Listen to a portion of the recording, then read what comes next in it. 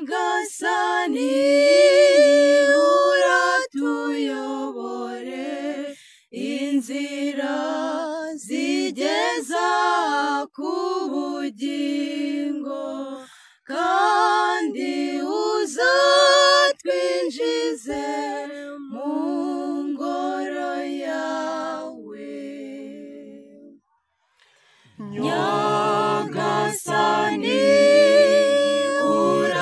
uratuyobore inzira zigeza ku bugingo, kandi uzatwinjize mu ngoro yawe. Nimusingize Uhoraho bantu b'isi yose, nimumugaragire mwishimye, nimumusanganize impundu z'ibyishimo. Nyagasani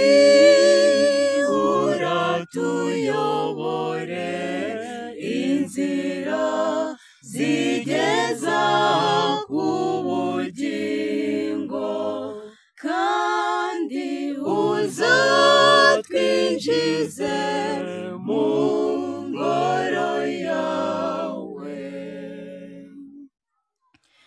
Nimwemere ko Uhoraho ari we Mana, niwe waturemye none turabe, turi umuryango we n'ubushyo yiragiriye.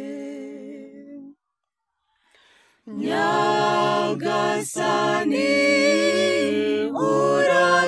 uratuyobore inzira zigeza ku bugingo, kandi uzatwinjize mu ngoro yawe. Koko Uhoraho ni umugwaneza, urukundo rwe rugahoraho iteka,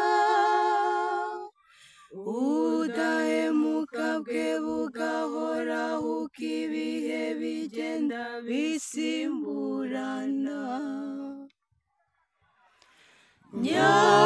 Nyagasani uratuyobore inzira zigeza ku bugingo, kandi uzatwinjize mu ngoro yawe. Nyagasani